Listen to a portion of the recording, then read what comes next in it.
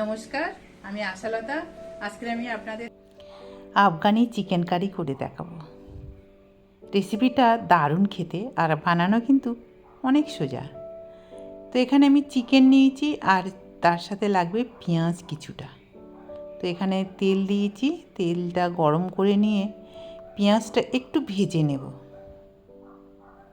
এইভাবে পেঁয়াজ ভেজে আপনারা যদি আমার মতন করে রান্না করেন, আশা করছি রেসিপিটা একটু বেশি ভালো লাগবে। তো হালকা ভেজে নিয়েছি আর এদিকে কিছুটা কাজু বাদাম আর আমন্ড বাদাম ভিজিয়ে রেখেছিলাম, এটাও নিয়ে নিলাম। পুদিনা লাগবে একটু, ধনে পাতাও লাগছে। তো এগুলো সব নিয়ে নিলাম একটা মিক্সির জারে। আর কিছুটা গ্রিন চিলি দিচ্ছি। ঝালটা কিন্তু সবসময় নিজেদের স্বাদ মতন ব্যবহার করবেন। আর দিয়ে দেবো আমি এই হালকা ভেজে রাখা পেঁয়াজ। তো পেঁয়াজটা দিয়ে এবারে দিয়ে দেবো দই। দই দিয়ে এটা আমি খুব ভালো একটা পেস্ট বানিয়ে নেব।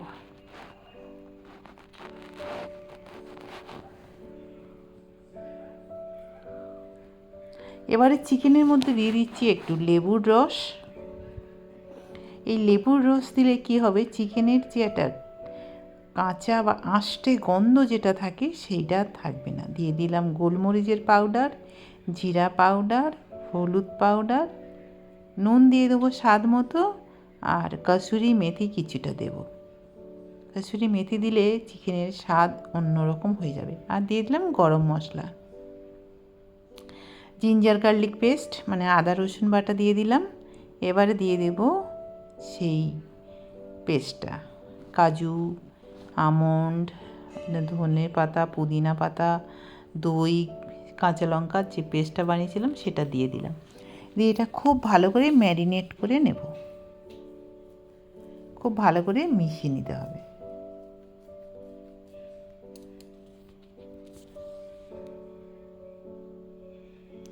এবারে এইটা ঢাকা দিয়ে রেখে দেব অন্তত আধ ঘন্টার মতো। 1 ঘন্টাও 2 ঘন্টাও রাখতে পারেন, ভালো হয়। এবারে এখানে দিয়ে দিচ্ছি রান্নার তেল আর একটু বাটার দিয়ে দিলাম।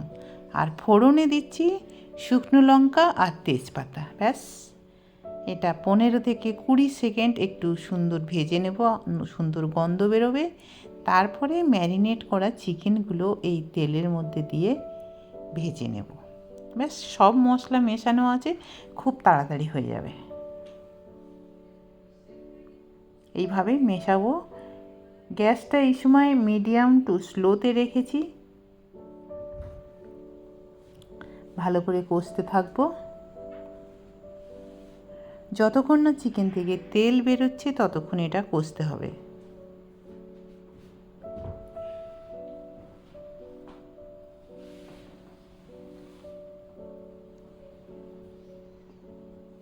এটা ঢাকা দিয়ে দিয়ে আমি কষে নিচ্ছি, তাহলে তাড়াতাড়ি চিকেন থেকে তেলও ছেড়ে যাবে। তো দেখতে পাচ্ছেন চিকেন থেকে খুব সুন্দর তেল ছেড়ে দিয়েছে, কাঁচা গন্ধও বেরিয়ে গেছে। এবারে খুব সুন্দর গন্ধ আসছে, কাঁচা গন্ধটা একদম নেই, চলে গেছে।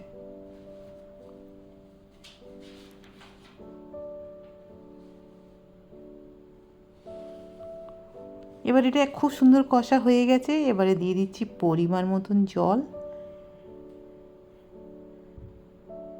যাতে সব মশলাটা চিকেনের ভিতরে যায়।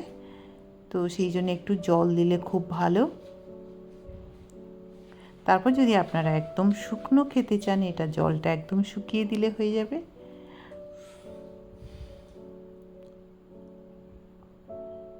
তো আমি একটু গ্রেভি রাখতে চাইছি, খুব বেশি জলটা শুকাচ্ছি না। কিছুক্ষণ রেখে দেওয়ার পরে জলটা কিন্তু শুকিয়ে যাবে ঠান্ডা হয়ে গেলে। এবারে আমি দিয়ে দেব ক্রিম, দিয়ে দেব আপনারা বাড়ির যে ক্রিম থাকে মানে মিল্ক ক্রিম, সেটা দিতে পারেন। আবার বাজারের কেনা ক্রিমটাও ব্যবহার করতে পারেন। আমি আমার বাড়ির ক্রিমটা দিয়ে দিলাম, দিয়ে হালকা করে মিশিয়ে নেব। এই সময় গ্যাসটা কিন্তু একদম স্লোতে রাখতে হবে।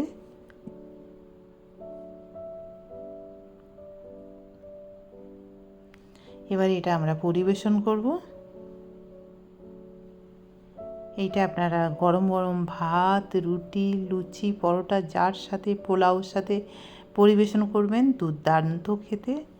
কেমন লেগেছে রেসিপিটা আপনাদের অবশ্যই কমেন্ট করে জানাতে পারেন।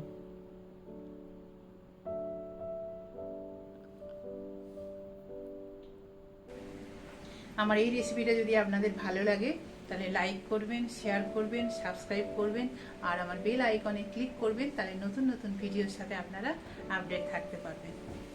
নমস্কার।